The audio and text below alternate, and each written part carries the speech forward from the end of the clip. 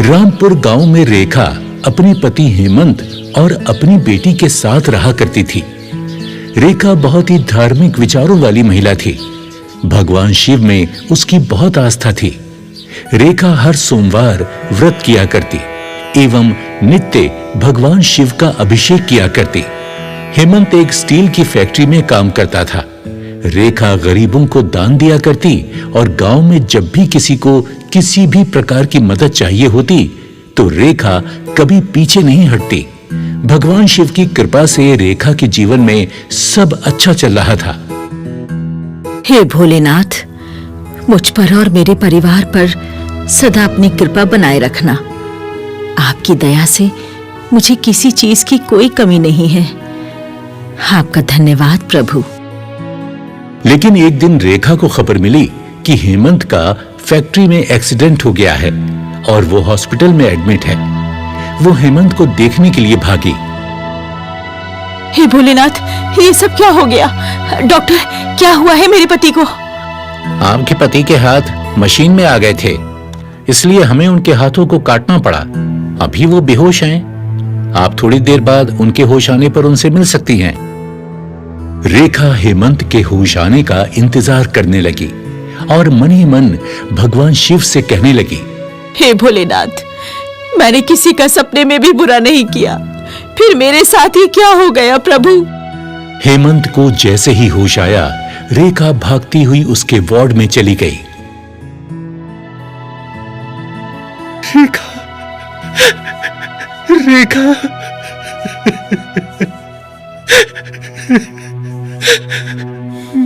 मेरे हाथ, मेरे हाथ, ये क्या हो गया रेखा? इससे तो मैं मर ही जाता तो अच्छा होता।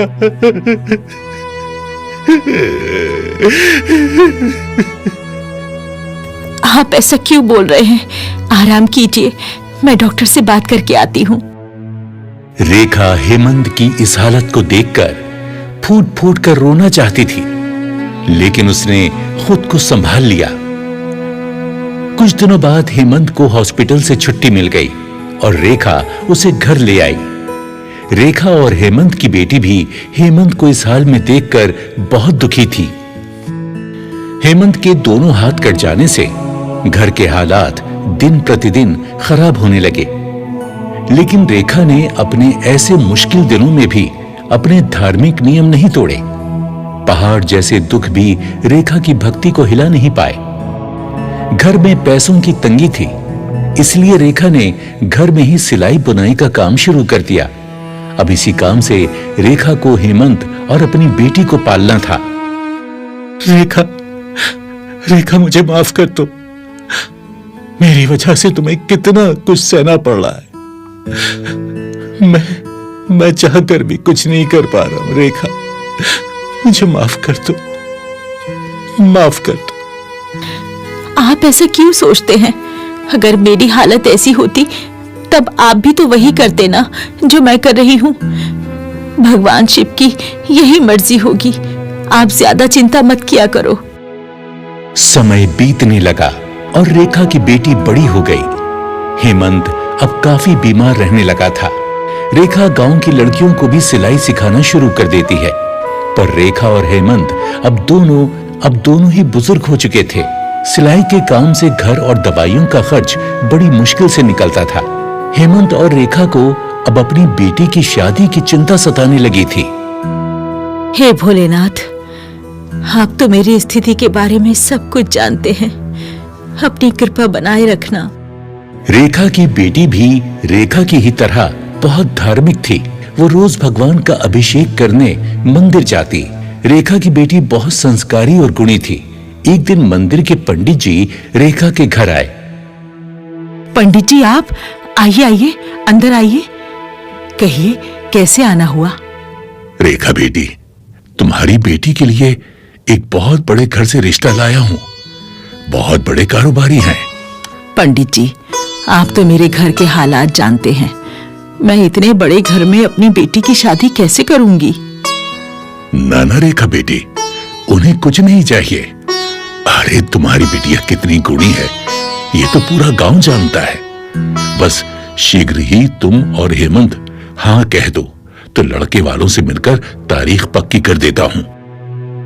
रिश्ता अच्छा था तो रेखा और हेमंत ने अपनी बेटी की शादी के लिए हामी भर दी। देखते ही देखते शादी का दिन आ गया। रेखा खुशी से भगवान शिव के चरणों में गिर गई। हे शिव शंभू, मैंने आज तक आपसे कभी कुछ नहीं मांगा, पर आज आपसे कुछ मांगना चाहती हूँ। हे प्रभु, मैं चाहती हूँ मेरी बेटी की शादी में आप शामिल हों। प्रभु, मेरी लाज रखना, मेरी भक्ति की कसौटी है। आज मेरे पास बारात के स्वागत के लिए भी कुछ नहीं है। प्रभु, आप ही देखो ये शादी कैसे होनी है। रेखा जैसे ही भगवान शिव की आराधना करके बाहर आई तो उसने देखा कि बाहर बारात के स्वागत की तैयारी बड़ी धूमधाम से हो रही है और रेखा भी शादी के सुंदर जोड़े में गहनों से सजी हुई है। अभी तो थोड़ी देर पहले यहाँ कुछ भी नहीं था, फिर ये चमत्कार कैसे हो गया? भोलेनाथ, ये सब जरूर आपने किया है, आप ही की कृपा है ये सब। थोड़ी ही देर में बारात भी आ गई और शादी की विधि शुरू हो गई। हर कोई अचंभित था कि रेखा और हेमंत ने इतना अच्छा प्रबंध कैसे किया होगा। जब कन्यादान की बारी आई तो हेमंत अपने कटे हाथों को देखकर रो पड़ा और रेखा मन ही मन शिव शंभू का ध्यान कर रही थी कि तभी वहां भगवान शिव माता पार्वती के साथ प्रकट हुए और बोले, पुत्री, मैं तुम दोनों पर बहुत प्रसन्न हूं। तुम दोनों ने निस्वार्थ मेरी भक्ति की है। मांगो, क्या मांगना चाहते हो? हे प्रभु, मैं सिर्फ इतना चाहता हूं कि आप मेरी बेटी का कन्यादान अपने हाथों से करें तो प्रभु हम धन्य हो जाएंगे। हे भोलेनाथ, ये बिल्कुल ठीक कह रहे हैं प्रभु। भोलेनाथ ने रेखा की बेटी का कन्यादान करके उन दोनों की इच्छा पूरी कर दी। रेखा और हेमंत की बेटी का कन्यादान मां पार्वती और भोलेनाथ के हाथों से हुआ। बारात की आवभगत में शिव जी के आशीर्वाद से कोई कमी नहीं रही। शादी बहुत ही अच्छे तरीके से संपन्न हो गई। मां पार्वती ने रेखा और हेमंत का भोलेनाथ पर अटूट विश्वास देखकर हेमंत के हाथ पुनः ठीक कर दिए और उन्हें आशीर्वाद देकर दोनों अंतर्ध्यान हो गए। कहते हैं, अगर हमारी आस्था सच्ची है और विश्वास सच्चा है तो ईश्वर हम पर अपनी कृपा दृष्टि बनाए रखते हैं। रेखा ने हमेशा दूसरों की सहायता की, कितने कष्ट उठाए, लेकिन उसने हमेशा भगवान के प्रति अपनी श्रद्धा को कम नहीं होने दिया और भगवान ने उसे उसी की इस भक्ति का फल भी दे दिया।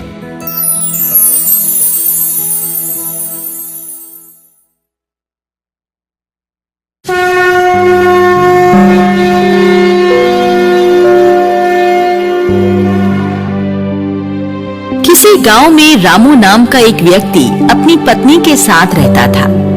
रामू फल बेचने का काम करता था। रामू की पत्नी सावित्री लोगों के कपड़े सिला करती थी। रामू और सावित्री का साधारण जीवन ठीक ठाक व्यतीत हो रहा था, परंतु उन्हें केवल एक ही दुख था कि उनकी कोई संतान नहीं थी। गांव के लोग सावित्री को बहुत ताने मारते थे।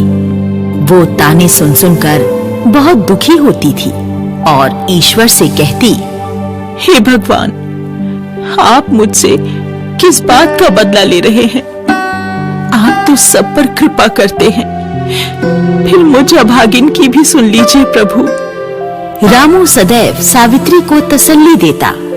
अरे सावित्री, धैर्य रख। ईश्वर ने जो लिखा है ना भाग में वही मिलेगा, इसलिए दुखी मत हुआ कर। परंतु सावित्री दिन रात संतान की चिंता में खोई रहती। सावन का माह आरंभ होने वाला ही था। सावित्री ने अपनी माँ के घर जाने का फैसला किया।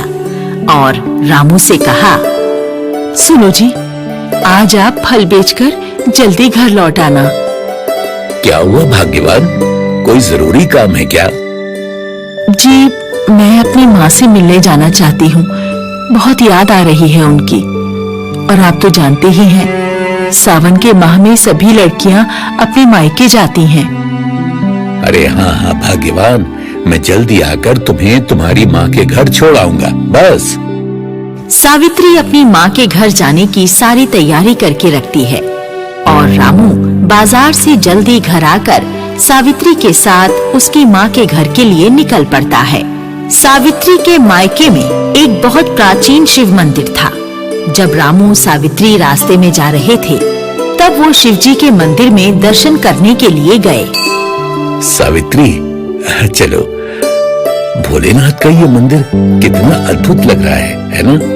चलो हम भी दर्शन कर लेते हैं। हाँ, चलो। हर हर महादेव बच्चा, तुम्हारी सभी मनोकामनाएं पूर्ण करें महादेव। हर हर महादेव। रामू और सावित्री शिव जी के दर्शन करके सावित्री की माँ के घर पहुँच जाते हैं और दोनों शिव दर्शन पाकर एक अद्भुत शांति का अनुभव करते हैं। भोजन करके दोनों सो जाते हैं। प्रातः जब दोनों उठते हैं, तो फिर सावित्री की माँ और भाई शिव मंदिर जाने के लिए तैयार हो जाते हैं। माँ, आप सब शिव मंदिर जा रहे हैं? क्या आप सब रोज मंदिर जाते हैं?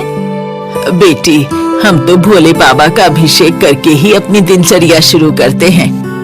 तेरे पिता के जाने के बाद उन्हीं के आशीर्वाद से हमारा गुजारा चल रहा है। और तेरी भाभी तो हर साल सावन के सोमवार का व्रत करती है। माँ, मुझे भी ये व्रत करना सिखाओ। भाभी, ओ भाभी, मुझे भी बताओ ना, इस व्रत को करने की विधि क्या है? अरे सावित्री, रख लेना व्रत। पहले तुम और रामू तैयार हो जाओ, कुछ खा लो। क्यों ना तुम भी आज हमारे साथ मंदिर चलो। कल से सावन शुरू हो रहे हैं। मैं तुम्हें व्रत का सारा विधान समझा दूंगी। रामू और सावित्री एक बार फिर मंदिर पहुंच जाते हैं। दोनों सबके साथ भोले बाबा का अभिषेक करते हैं और भगवान भोलेनाथ के सावन के सोमवार के व्रत रखने का मन बना लेते हैं। सावित्री अपनी भाभी से व्रत का विधान बताने को कहती है। देख सावित्री, भोले बाबा तो बहुत भोले हैं। उनके व्रत का विधान भी अत्यंत साधारण एवं सरल है। जो भी भक्त उनका व्रत सच्ची श्रद्धा से करता है, उनकी कृपा उस पर हो जाती है। इस व्रत का कोई खास नियम नहीं है, किंतु ये आवश्यक है कि दिन रात में केवल एक ही समय भोजन करो और प्रातः व्रत आरंभ कर शिव पूजन एवं शिव कथा सुनो। ये व्रत सभी मनोकामनाओं को पूर्ण करने वाला है। भाभी, मैं इस व्रत को अवश्य करूंगी। सावित्री, मैं भी तुम्हारे साथ सावन के सोमवार का व्रत पूरे विधि विधान से करूंगा। क्या पता भोले बाबा हमारे भाग्य की रेखा पर तरस खाकर उसे बदल दे। हमें संतान का सुख मिल जाए।